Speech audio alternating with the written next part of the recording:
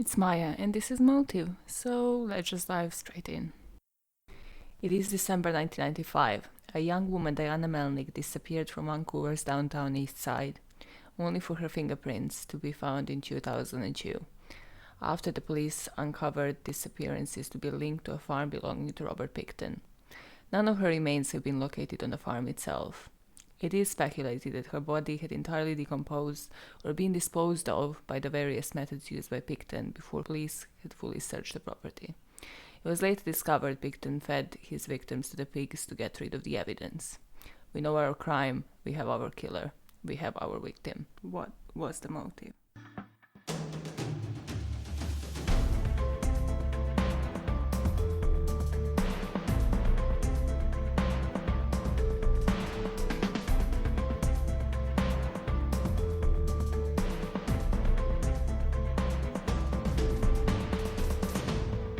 So let's start from the discovery and how the police actually got on to what was going on at this farm. Here we are focusing on the events around the discovery and the disposal to see how that plays into the pieces of this puzzle when we talk about motive. Because obviously it shows who his allies were, it shows what were the events just before the murder, how, might show how he actually managed to lure his victims. And then obviously shows how, he dehumanized them, so the disposal methods of Pickton. So the worker from his farm, Bill Hiscox, actually noticed, there's something strange happening here. So there's a bunch of women who are, nicely dressed, but they kind of look like sex workers coming into this farm. And then they're never coming out of it, and that has been happening for quite a while now. So he was quite suspicious, and he first reported it to the police. However, the police was pretty ignorant, as you could guess, because there was a bunch of sex workers involved, disappearing from the part of Vancouver that was famous for sex work, so they weren't taking this seriously to begin with.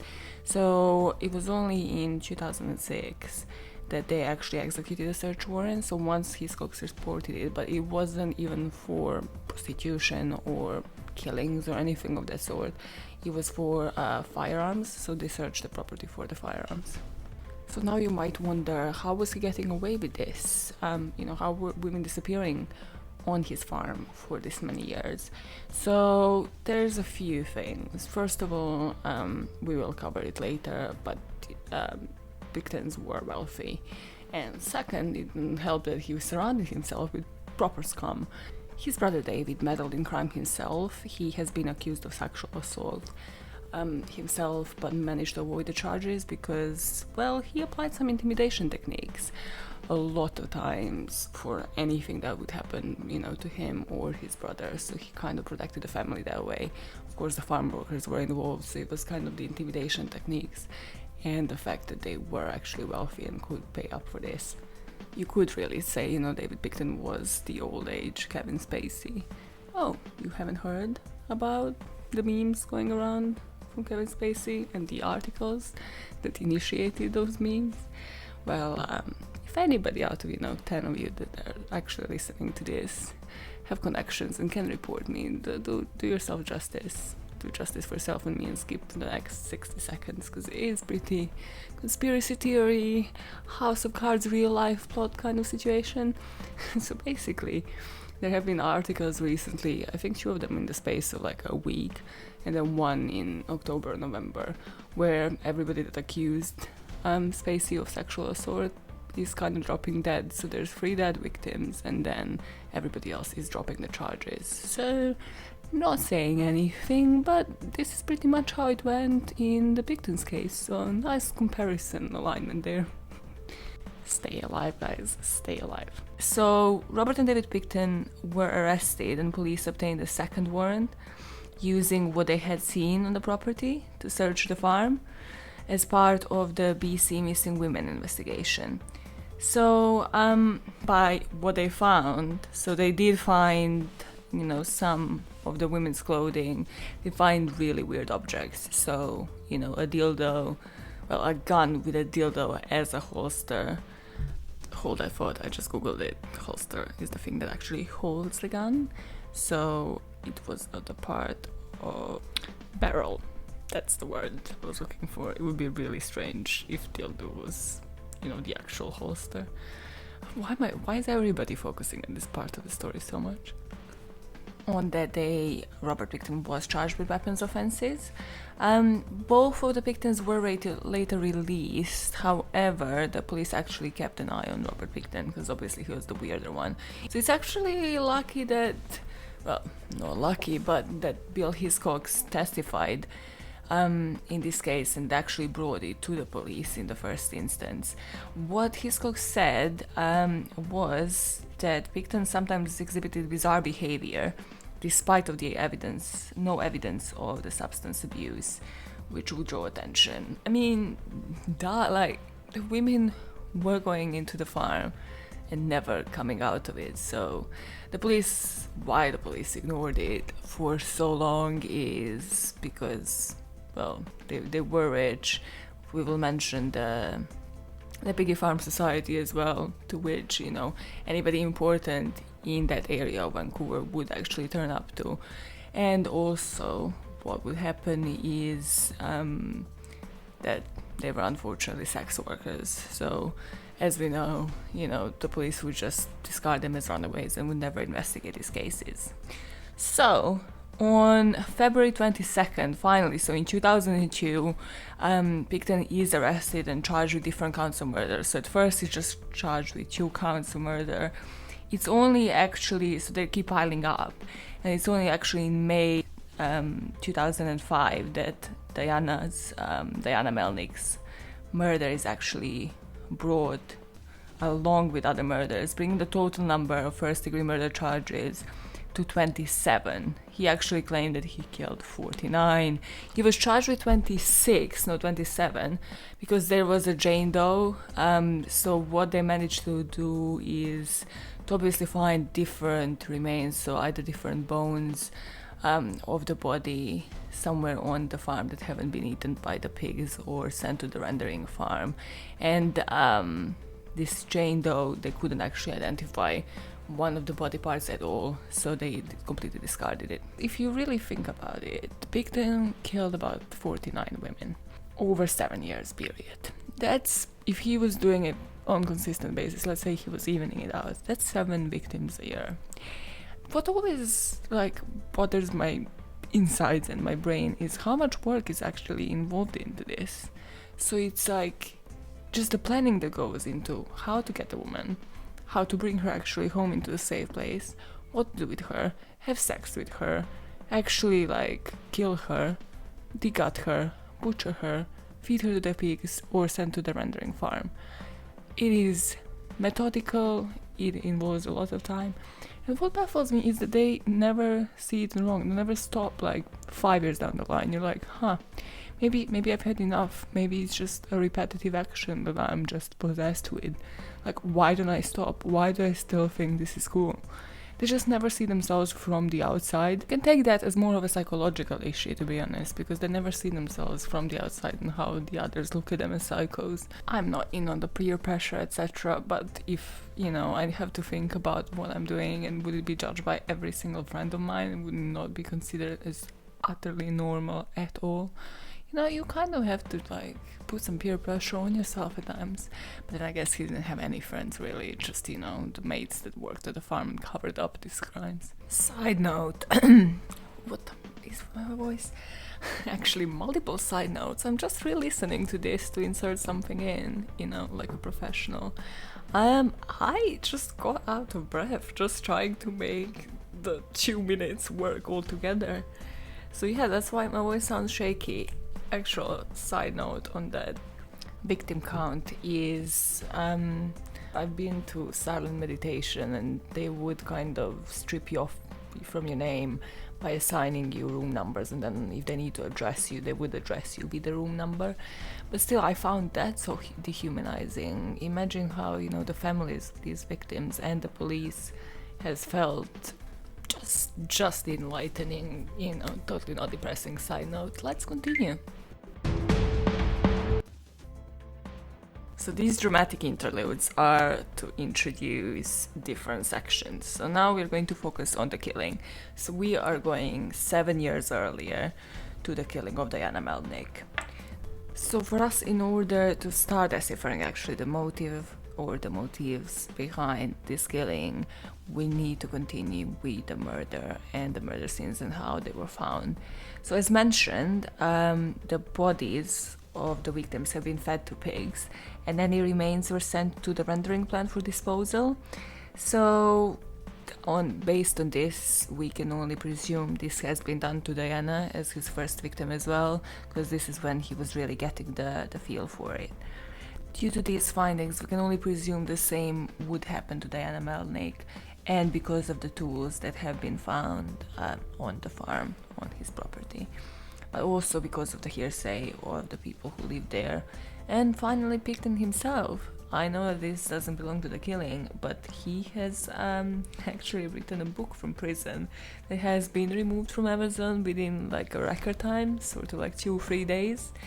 So the guy really wanted to describe what he did to these women as a piece of shit that he was. Before I actually go ahead to describe what he did to these women, including his first victim, Diana Melnick, just Google the picture of Robert Pickton and tell me he doesn't look like the person that stares at you intensely trying to see your soul. It's just, they never make a Facebook page about, hot dudes that stare at you at the tube. No, there's like hot dudes that read books, because if you think about it, just stop this podcast for a second and think about it. Has anybody that's ever stared at you been hot? Even remotely, even like pleasantly looking? No, when somebody stares at you on the tube for about 5 minutes straight and you look around, they usually look like, they have that mugshot face. So yeah, just Google Pickton and then listen to the next of this episode. In Pickton's words, this is what he would do to his victims. So, as you might guess, he dehumanized them, so he doesn't really even specify this is what I did with each and every one of them. He obviously just classifies them all as the same. So now is the time to take a deep breath, inhale, and then I'll tell you when to exhale. So Pickton had claimed that he brought his victims, who were prostitutes, sex workers, because that's prostitutes, to the farm, handcuffed them, raped them, killed them by strangling them, bled and gutted them, obviously what he would do to pigs, ran them through a wood chipper, and then feed the remains to the pigs. Another claim is that the victims were ground. Basically, he would ground them and package them as meat. The rules he would use... Okay, so let me run you through this. So he'd pull up in the area where he was known, as this nice guy, and so he would bring a sex worker home. There is actually one girl that managed to escape, and he was the one that testified against him. So he brought her home. For some reason, he didn't actually butcher her like the rest of the victims. So she managed to witness another girl being displayed as you would display a pig, like so just being displayed there on a hanger as meat, which was obviously one of her victims. So she managed to actually scream or run away from the farm and escape him, and then later testified against him. But what he would do, he was totally nice. Basically, he pulled a nice guy thing all until they would come behind the closed doors. And then during the sex, he would become violent and accuse the victims of something, such as stealing from him, in order to build up his rage. So again, really display of the behavior, he had to actually build up his rage in order to become violent and to be able to dehumanize them and see these women as pigs or as meat. And then he would restrain them, kill them by strangling or shooting them, and then butcher their bodies. Again, here a disclaimer. Has everybody heard word disclaimer? I'm not actually a psychologist, but why I said he had to build up the rage, and I think why he had to do what he has done to 49 women at his farm is because that's the place he would dehumanize them. So I mean, if you do actually love true crime, and this is probably not the first podcast you have heard, or just if you know Nazi history and Nazi propaganda, it is actually, so he would need confined space, he would need to, disassociate from the real world and actually see these women as sex workers and not worthy of living, and to actually associate them to the animals that he bred his whole life. Another thing that helped with his killings, or rather with covering them up, was that actually Diana's Diana Melnick's one, was the trigger for him to actually start the Piggy Palace Good Time Society. So, as the name might entail, it was for the good times. So this is basically where everybody important in town would come into into his property, and then these events attracted as many as 2,000 people. So of course it's a perfect ground for everybody to get lost. So this was claiming to organize, coordinate, manage and operate special events, functions, dances, shows and exhibitions on behalf of service organizations, sports organizations and other worthy groups. Now, what Pickton might have considered worthy groups is very questionable. Now, there is so much information, literally in every article that I have read, about the farm. I will not bore you with details, it is insanely boring. There's only a few things that actually matter to do with the actual killings, so the killings of Diana Melnick as well. So what you need to know about the farm is that it could store, you don't say store, 700 pigs. Clearly a farmer at hand. So it provided him with the perfect location, perfect grounds for him. Also, another trigger point is that his parents left him this farm in a will, because he was obviously the most committed out of, the three kids. So the sister vanished. We'll cover that more. Sister is the only positive character in here. So the farm was left to him, but he had to stay on it until he was 40. So he would then inherit about 110k, so he would actually inherit 20,000 more than any of his siblings. But he had to commit to it. So again, perfect grounds for breeding somebody who will enjoy degutting humans as his pigs. And another bit that has to be considered is, so just before Diana's killing, so between 92 and 95, he'd actually had a normal human relationship for 3 years. By that, I don't actually think this girl was his girlfriend. She just had needed a place to crash while she worked at this pancake place. So this woman named Tanya stayed at his trailer for about 18 months, so during 1992 and 1995, and it's at that time that he was actually acting completely normal. In this great book, because basically it's the only book that actually covers some of the victims and their lives, so it's called On the Farm, Robert William Pickton and the Tragic Story of Vancouver's Missing Women. Actually, the last podcast on the left, guys, recommend this book as well. So this is sort of like to give you some idea of the circumstances Diana was in before she landed on this farm in 95.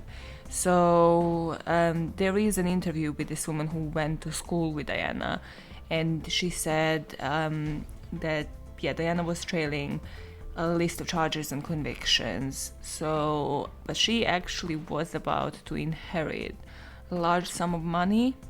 So he describes all these relationships. I will not really go into that, but yeah, she was about to become actually a millionaire. But she probably didn't know that because she went out searching for drugs, and she was actually hiding from court, so she was supposed to show up in court on December 27, but she failed to appear, and then 2 days later the family actually reported her missing, and then nobody saw her again. Again, side note, as I'm listening to this, just how many times have I said so and actually? Why is this part of our lives? Why are these words and these connectors part of our lives? Why don't I just say therefore, thus, like a freaking educated human being? So to sum up this killing bit, we have Pickton, who has inherited his money, who has actually just had sort of the closest thing that he will ever have to a normal human relationship, and that woman just left. He obviously knows the grounds where to actually show up as a nice guy to these sex workers. And we had Diana, who just went out to actually earn her money and support herself. And it wasn't actually her fault, was it, that she came about into this serial killer?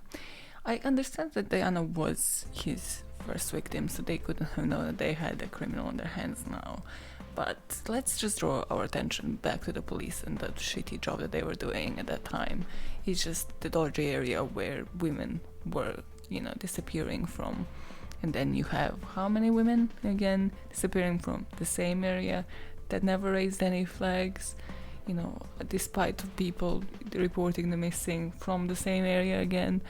I mean, I get I'm an armchair detective, but they didn't need 7 years to connect the dots. And they would have needed much longer to actually pay attention to this, unless it was reported on completely different charges. We can only speculate on what exactly happened the night of the murder, but we know Diana Melnick came to his farm willingly, so it could have been the promise of the money, and her bones were later found, identifying her as one of the 26 victims of Pickton. I need a longer interlude, you guys. motipod@gmail.com if you want to contribute with your sounds, with your art, with anything. But yeah, intro music would be nice, and these short dum-dums as you like, but that I need the copyright to. So, serious business. The background of Pickton and of Diana, as much as you can actually find on Diana especially. You know what pisses me off with serial killers is that the victims are always just so degraded and so lost in the amount of the victims that they kill that you can now actually just find miserable amount of information on them, whereas you can find so much on Pickton. So, a bit of a history lesson. Let's just have one quick interlude for the farm. In 1905, 52 years after the first Europeans settled in the area that is now called Pokal, can't even bother to pronounce it, William Pickton, the great-grandfather of the accused serial killer, bought land near a mental hospital. William Pickton raised hogs. His children grew up and raised hogs, and his children grew up and raised hogs. What is this writing about it? I swear I did not copy-paste this twice. All on the very same farm. Oh, as in his children's children grew up. Oh my god, it helped. Then in the late 50s, the Picktons were forced to sell their farm and move. They had to make way for Lowhead Highway. Yeah, that's a mistake as well, probably. But in 1963, Leonard Pickton and his wife, Helen Louise, bought 40 acres of swamp for $18,000. Towed their blue and white farmhouse to the site and began raising children and pigs. They had 2 sons, Robert and David, and a daughter, Linda, who was not brought up on the farm but in the city, where she attended boarding school. Linda is the true hero here. Fuck what everybody tells you.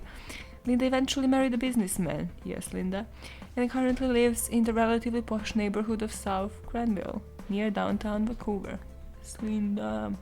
David Pickton left the family farm and moved a mile or less down the road to a new property on 255 Two Burns Road, where he opened a party hall called Piggy's Palace in 1996. Robert Pickton now had all the resources and the freedom to do as he pleased. Yes, he did. Okay, no seriousness, this is the actual background now. Childhood of Pickton, and then the victim. I just had to have that interlude on the farm, just because it's such a dramatic, passing on to generations, and this is why this farm is important. And nobody truly cares, except that it just gives this guy endless grounds and endless, support to commit his crimes. So, there is actually only 2 events from Robert Pickton's childhood that have been chewed up and spit out, if that's an expression, multiple times in every podcast, in every source that I have ever found. So let's just go through them, because they have left the imprint on his mind and are very connected to the motives for his crimes. So one of them is basically his pet calf. He had calf as a pet, that's what that means. And his dad just hung him and just killed the calf. And it was just like in a very nonchalant way. Robert Pickton came back from school and his dad just showed him in the barn where just pointed him to the barn, said, hey, this is it. So it's just from the very early age that the animals have been dehumanized, and he has been just so nonchalant to address, like, yep, we don't care that this was your pet, that you have been attached to it. We just treat him the same as we treat these 700 pigs. This actually reminds me, I once contradicted, well, I haven't contradicted, but I did like criminology and criminal psychology as the masters. And there was this guy teaching us the psychology, and he's like, oh yeah, what are the predispositions for the serial killer? And I think I said a triad, what's it called? The part where they, like wet their bed, kill the animals. What's the third one? Burn the house? No, it's not. Okay, I'll look it up, but yeah. So it's wetting the bed. What the fuck is the third one? Googled it. It was the fire setting. It wasn't necessarily burning the house down, but yeah, it was the fire setting. So those three are part of the triad. And then he was just like, no, animal killing is actually, just a myth. And I was like, you are a psychologist. And now I'm researching for the second episode as well, which is sort of a serial killer. And that guy killed the animal again, killed the family pet as well. No spoiler alerts, but listen to me next time. I was like, how was this guy telling me it's a myth? As if like, oh yeah, that's so criminal minds, profiling, etc.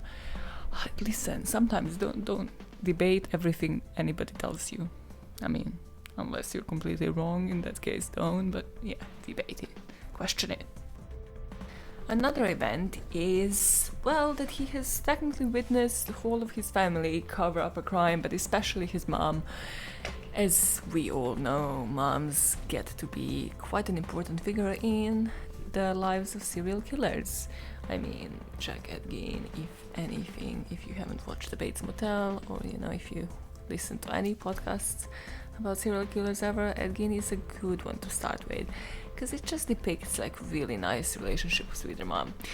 The relationship between Pickton and his mom Louise wasn't as unhealthy, but it was still pretty weird.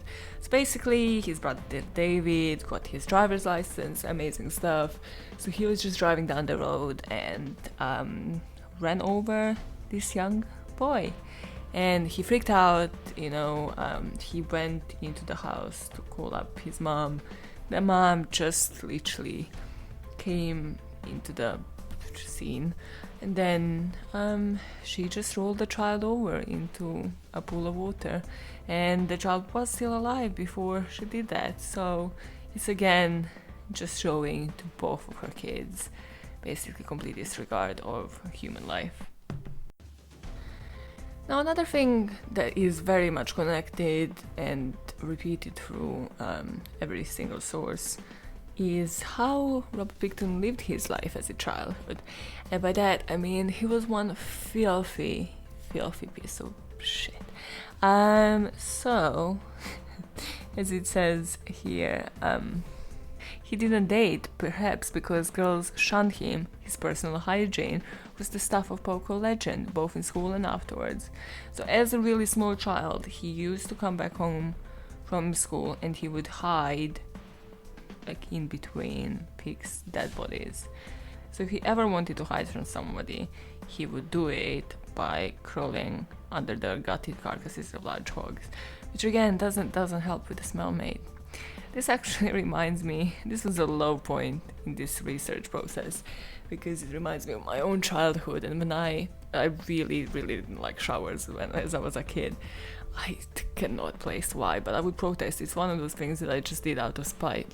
So I remember that my grandma actually had to have a talk with my mom, had to give her a talk with like, what are you doing? Is this how you're raising this child? Kind of talk. But this is a low point in this research, because this is when I googled Robert Pickton's star sign, and yes, we share the same star sign, guys, and I pride myself more that I share, the star sign with Leo DiCaprio, but this was just such a low point in this.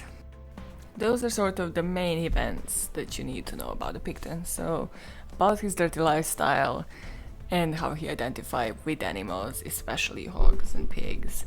but as well as that, about his whole family cover-up of anything that they did, family that stays together, murders together, I guess. About the victim now. Well, Diana Melnick was born in 1975.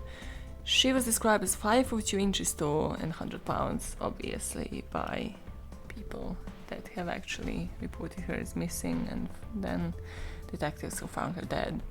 With short brown hair and brown eyes. She was a known drug user who had 4 prostitution-related charges against her, as well as a charge for theft in the months prior to her disappearance. Little information is available regarding her life or family.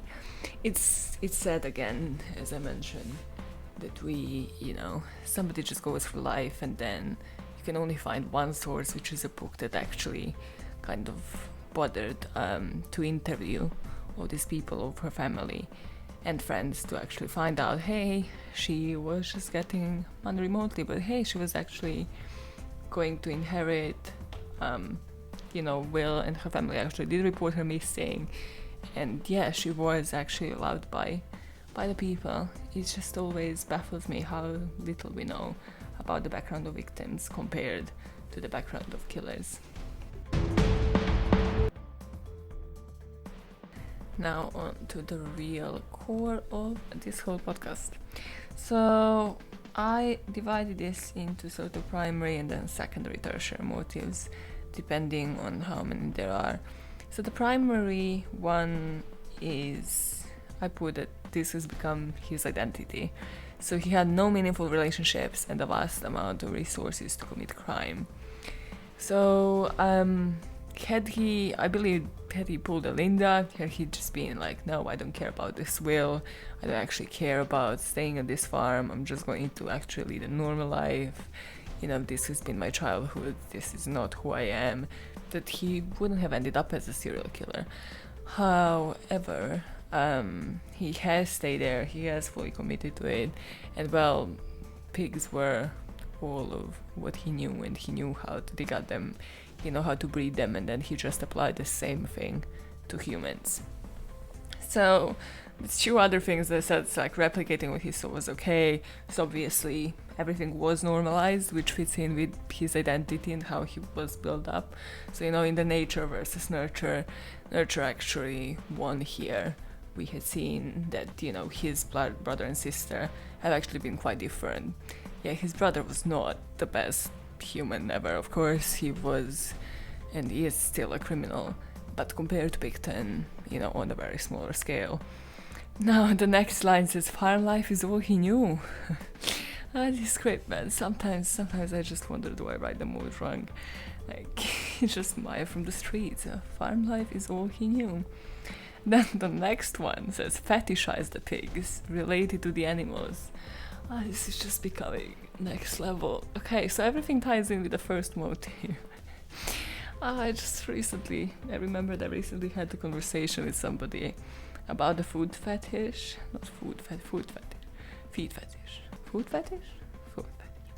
And they basically said that the person is either born with a predisposition to have it or not. So like every second one of us might actually end up having a food fetish. I didn't Google it. I don't know if this is factual or not. It's just one of these things when I see the word fetish now pops up into my mind. By fetishize the pigs, I mean he related to animals more than with humans, but he would still murder them in the end. So that was obviously the ending to most of his relationships with women as well. And then the secondary or tertiary, were all of these above tied with a primary motive?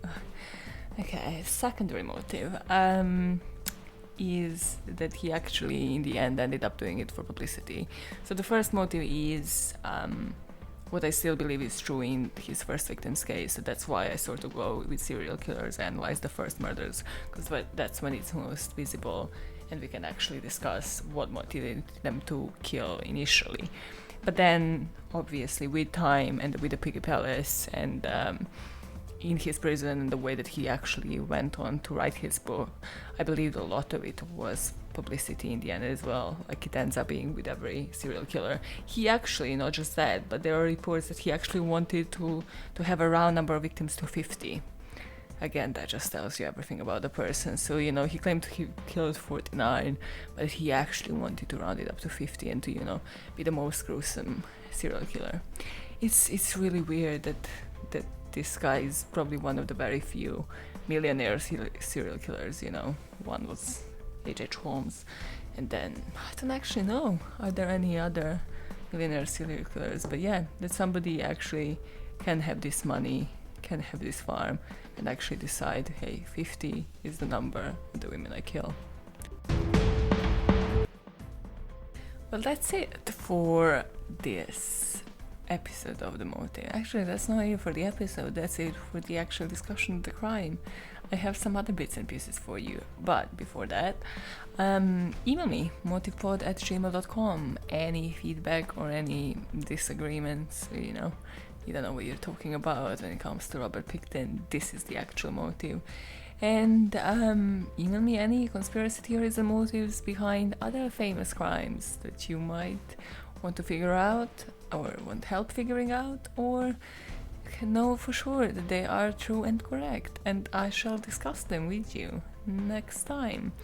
But for now, I have a section called Rapid Fire Facts, which, considering the chunks of these, some of them are not rapid fire facts, but they might explain a few things that I have found out during this research. So, in 2016, a book claimed to have been written by Pickton, entitled Pickton, in his own words, went out for sale and initiated controversy, critical petitions, and actions by government to prevent Pickton from profiting from the work. As I said, was removed from Amazon immediately.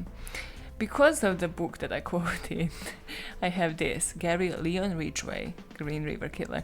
It's just that this guy in the book actually stated middle names for every single serial killer that he mentioned. So the context here is obviously that, the police didn't give a fuck much, because it had been, the area of Vancouver had been covered by multiple serial killers at the time, one being Gary Ridgway, but it just mentions middle names, which I find fascinating. Is this what needs to be done in Canada, guys? Is this what needs to be done for book research? Do I need to mention, middle names for everybody I speak about and of? And then Murderpedia describes him as a former pig farmer, which again I find a great title. It's just like former basketball player, former pig farmer. Does it hold the same accountability? Does it hold the same strength? Sentenced to life in prison with no possibility of parole for 25 years, the longest sentence available under Canadian law for murder. Yep, I included this as obviously you've seen the structure of how I present this is quite different, so it kind of goes backwards. So we don't actually cover, the trial and how many years was he sentenced, so we just focus on different bits that are important for the motive. And then actually why I wanted to cover this first is because of the Criminal Minds episode that isn't on Pickton, but in 2008 the television series Criminal Minds featured an episode set in Sarnia, Ontario, which followed the case where a large number of victims were killed and their bodies were fed to pigs. Most of the other elements of the crime, however, were significantly different from the real case. In Canada, the episode aired with an additional content warning stating that the specific episode might upset some viewers due to the storyline being closely tied to actual events. Just Google Criminal Minds pig episode.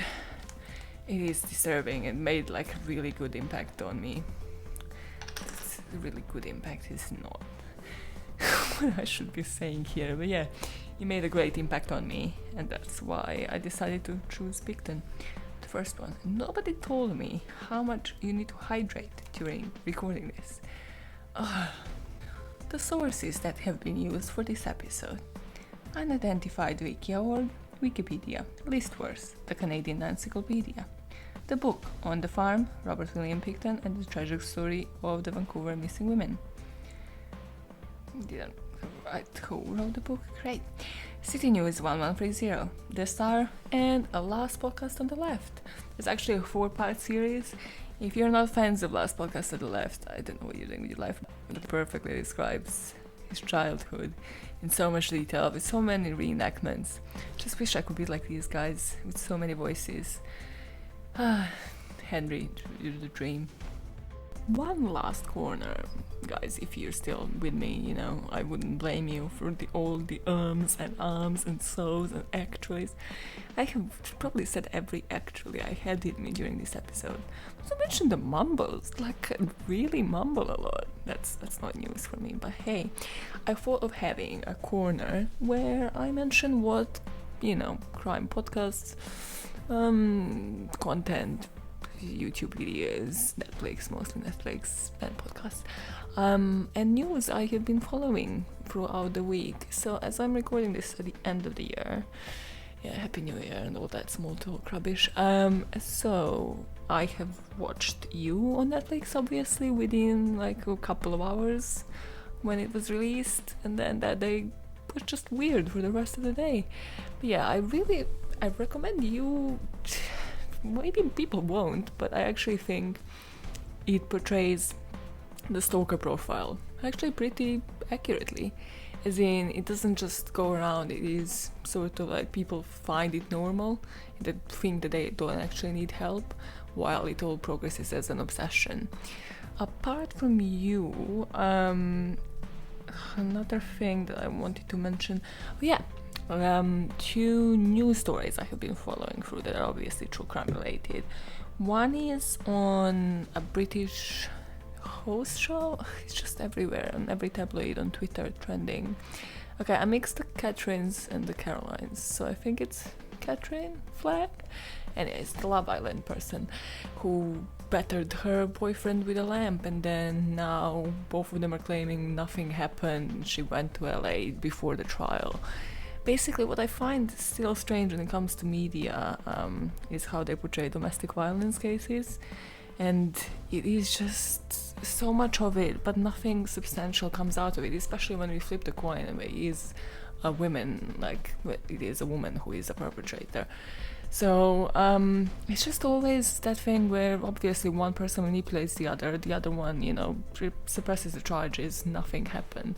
The media is like, oh, we're not letting them live their happy life. It's just not. This is manipulators talk, and yeah, we shouldn't actually just be, you know, impartial towards it. Now, I've been following for the updates on this case. Please email me or tweet me or whatever. Let's just figure this out. If you googled recently this case, there's a lot of updates of like where she went to LA to hide and, you know, have a nice holiday before going to court because she might be going to prison, and like where her dog is staying and how much does all that cost. But there is the picture resurfaced. First of all, how do the crime scene pictures leak this easily to the police? I will never understand. But there's a picture of the bed with bloodstains about it. And if we are thinking about, you know, somebody battering somebody with a lamp, the blood is all focused in one corner of the bed. It's like the bottom corner. It kind of looks like a massacre. I mean, it doesn't look like somebody died there, but it looks like somebody did lose a lot of blood, and the whole room is a mess. But can we just, you know, unite and describe as a community, how did that happen? Like, did they sleep with their heads to the other side? Was it because of the scuffle? Also, can somebody tell me how can pictures this easily leak in the police? Maybe I'm unfamiliar with the justice system enough. Somebody just, you know, tweet me. Let's discuss this. So, another one is the Serbian kidnapping of Monika Kalimanovic, and that has been done by the known predator Ninoslav Jovanovic. So this one I've been following through well because I am from Serbia, and also because of how the media again portrays the kidnapping and why the police hasn't actually been focusing on finding the perpetrator. He has been known for other 2 kidnappings, and hopefully they actually get him this time. So he basically lures them, knocks on their door, presents himself as, you know, somebody of respect. He represents himself as a barber because he is, and then wants to, you know, takes them, cuts their hair, and then pursues to actually threaten them, beat them up, sexually assault them. And then it's just the public that is actually involved into finding the perpetrator instead of, the police. Well, actually, I mean, I can only suppose because he has been doing this twice before and he has been found. But he also reminded me of the weird case. I forgot. My favorite murder covered it. But it's that guy that takes the victim. Obviously, this guy's a pedo. He's a pedophile as well. But there is that guy that takes a victim and then cuts her hair, washes it, and just proceeds to wash it with everything once he's out of shampoo. It's like the creepiest case. Find it somewhere. It is just, if you're a true crime fanatic, it's just one of those really, really weird cases. So, what else have I been up to? Except from true crime. Actually, okay. I have been doing a lot of yoga, but I can't really plug anybody without the sponsorship. Hit me up. Another Netflix thing, actually. Kevin Hart special, the 6-part series. It's another mainstream thing, so I'm not doing anybody justice by plugging this. But what I love about Kevin Hart is the storytelling. It has always been why I loved every stand-up he has ever done. It's just how he connects the first 5 minutes with the last 5 minutes. And yeah, how he makes everything count. So this 6-part series actually covers a lot of his touring, a lot of his stand-up, how he dies with his movies and everything. And again, it's just the mentions from the first episode tie back in with the 6th one, and I just love a good storyteller. So that has been the episode on Pickton. Check us out on Twitter as MotivePod and also Patreon, Motive Podcast. I put 2 tiers up on Patreon, so one for a $5, one for a $10. Both of them include extra content. The $10 one includes some other bits as well. So hopefully we can actually, create a community. And yeah, rate, review, and subscribe. I never thought I would say this in my life. I'm gonna go have a meltdown, guys. I'm going to have a meltdown. Tune in next Monday and let's discuss some more motives, Let's make the world a better place. One motive at a time.